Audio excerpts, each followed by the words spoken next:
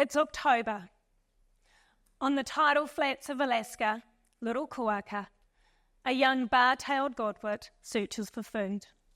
Her parents left a few weeks ago. They've already headed south. As the tides change and the winds feel favourable, little kuaka takes flight. The flock form their V-shape before they begin the longest journey of their short 4-month life. But what does it take for a little kuaka to make this journey? Kia ora koutou, my name's Sandra Portegys, and I've been the principal at Ōmokoroa Point School since July 2020. In 2021, our town, and therefore our school, was growing rapidly. By then, our roll was more than 300, and it was growing by the day. We were known as the best little school in the Bay, and this was an identity that served our school really well for many years. But staff were beginning to question, how could we continue to grow and develop if we tried to maintain that small school identity and thinking? It became clear to me that Ōmokoroa Point School was suffering from an identity crisis. We needed to recreate a vision and identity that reflected who we are now. And so, like the little kuaka, our journey began. I knew that to connect our staff and our community to our school, we needed something that would connect us to our community, to our environment. We had to be able to hear ourselves in it, see ourselves in it, feel ourselves in it.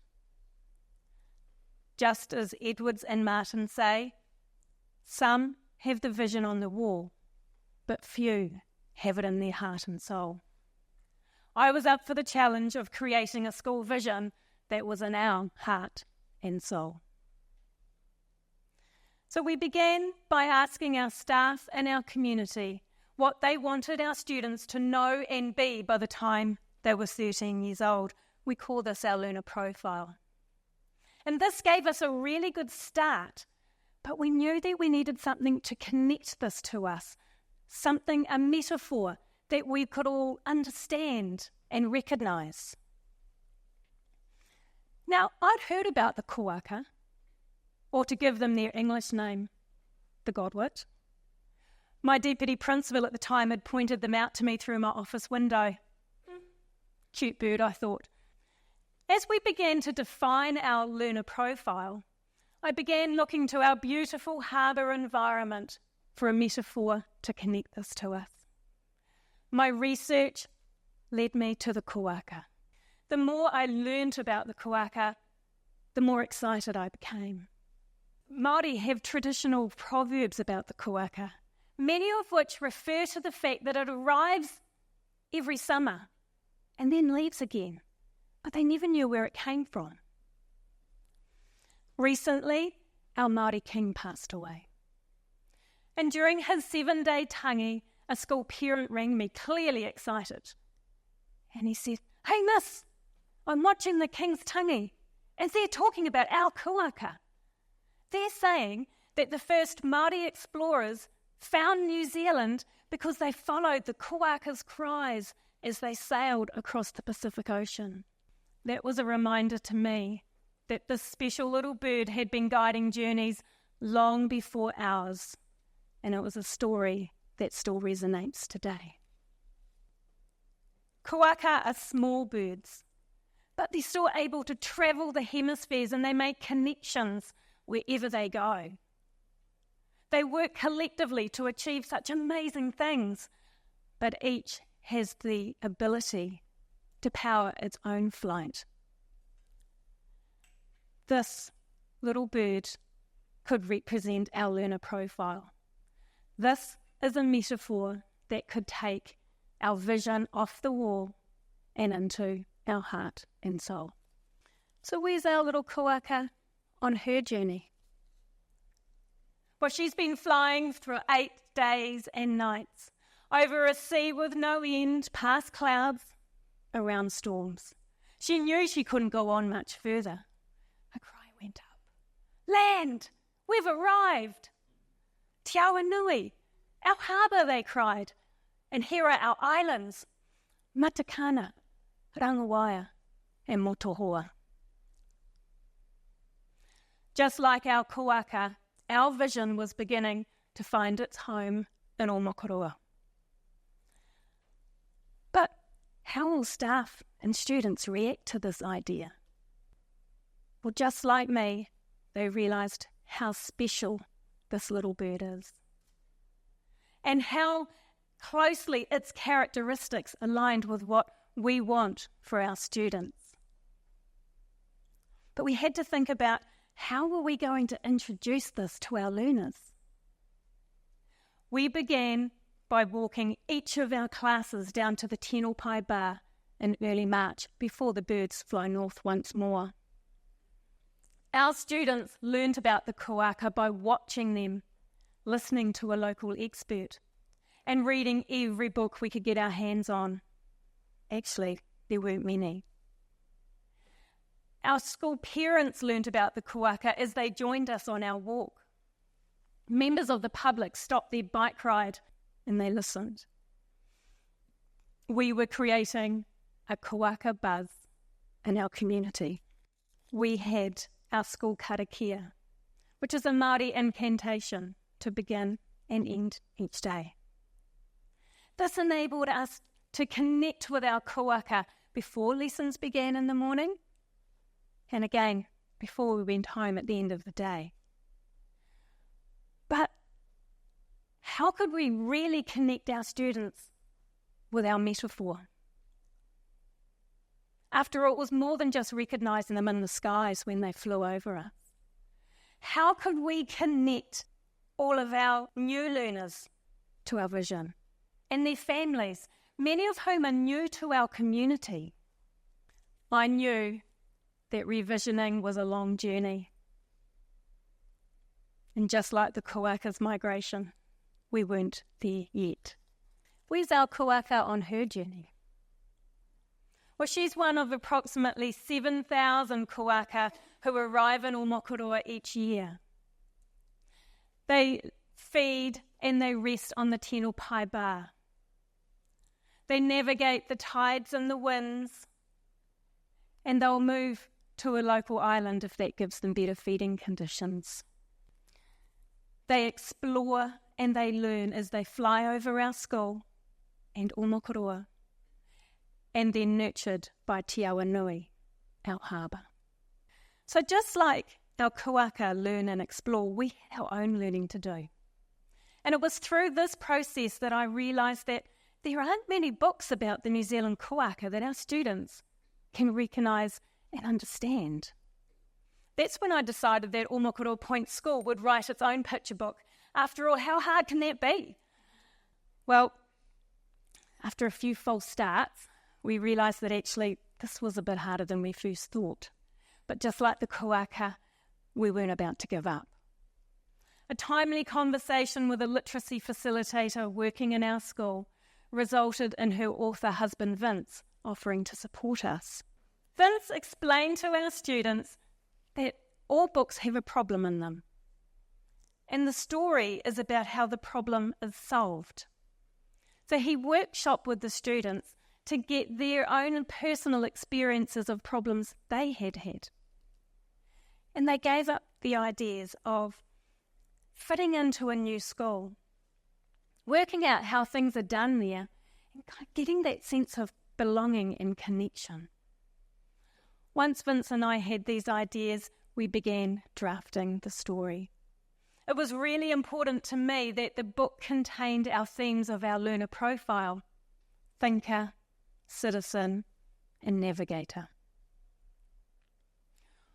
Ōmokoroa Point School, Where We Belong, became a reality. I use AI image creators and drone photos to illustrate the book because it was really important to me that our students of all ages could recognise our place in the pictures. I wanted to spread the story far and wide. I wanted to be able to give each family in our school a copy, and then every new family a copy.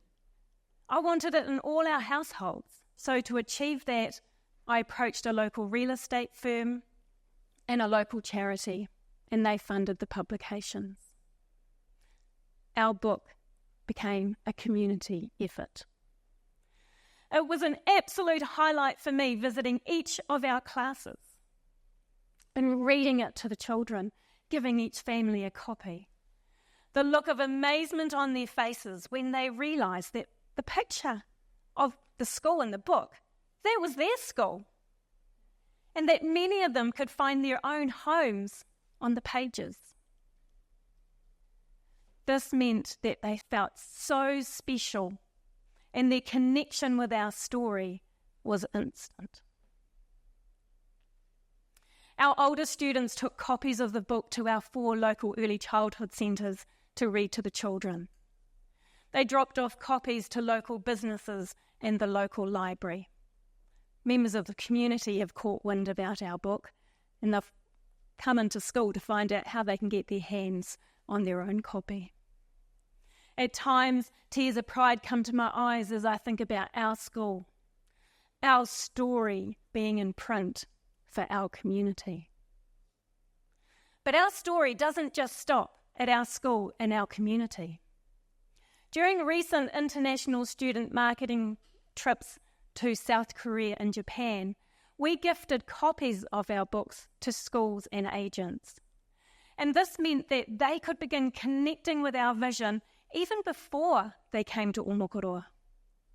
And it's extra special because when the kuaka fly north once more to Alaska, they stop off in the South China Sea.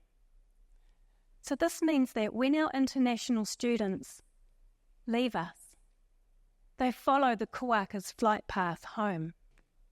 At the outset, I set myself the goal of developing a school vision that was in our heart and soul. But during this process, I learned that actually it can be even more than that. A school's vision can also be at the heart and soul of a community. Our community have embraced our vision. Recently, I was looking at an ad for a house for sale just a few doors down from our school. And to my surprise, the ad read, "Stunning coastal location with exquisite views, located on the Godwit's flight path. Our kuaka is now a selling point for houses." Our metaphor is now part of our town's identity. I wanted our school logo and our kuaka to be the first thing that people saw when they came to the front of our school. So we worked on a design until it was perfect, and a sign was installed at the front of the school. And a day I wasn't there, but I'd asked for it to be covered in thick black plastic until the time was right to unveil it. Now, that meant that even I wasn't quite sure, slightly nervous, especially when people keep saying to me, "What if it's not right?" Anyway, we waited until Matariki, which is a Māori New Year, a time for celebrations and new beginnings. We had about 300 people gathered at the front of the school at dawn on a cold winter's morning. Students, their parents, staff, community members, the mayor, all gathered around our sign. The call of the putatara, the conch shell, echoed out over the harbour. I cut the ribbon, we lifted the plastic, and there stood our big, beautiful sign with our kuaka front and centre. I breathed a sigh of relief because it actually did look as good as I'd hoped. As we lifted off the plastic, this young boy's voice echoed out, "Oh, it's our school logo!" And although I was absolutely bursting with pride, I did have to laugh because I still can't figure out what he was expecting to see on the sign at the front of the school. As our kaumātua, our Māori aura, blessed our sign, the rays of the new day came over the horizon and shone on our kuaka. It was a truly magical experience. Felt like the whole community was as proud as me to see our kuaka at the front of the school. Where's our kuaka? Well, since they arrived in October, they've been making careful preparations for their return journey. They've replaced their body feathers, and some of them have even changed colours. And over the last few weeks, they have been eating at every opportunity, and now they're enormously fat. But it's March now, and they're getting increasingly restless and excited as the time comes for them to travel north once more. But just like our older students, they know it's time to go. But we know that they will return to us, even richer for their worldly experiences. So just like our kuaka knew that it's time to move to a new destination, in 2021 we knew it was time for us to move. At times, there were storms for us to go around, and it certainly felt like the sea was never ending. But we had the strength to support each other and the resilience to power our own flights. But change for us is not about moving to one destination and staying there. We might need to rest a little while, but we know that we will take flight once more. Our school vision through our book is in every one of our school households. It's in Hong Kong, South Korea, and Japan. It's in our local early childhood centres, our business waiting rooms, our local library. Our school karakia echo out of every classroom at the beginning and end of each day. Our language and imagery of our vision are all around our school and our community. Our school sign stands proudly at the front of our school. Some have the vision on the wall. Few have it in their heart and soul. Is our vision in our school's heart and soul? Yes, it is. Is our vision in our community's heart and soul? Yes, it is. Are we at our final destination? No, we're not. We're just preparing for our next flight.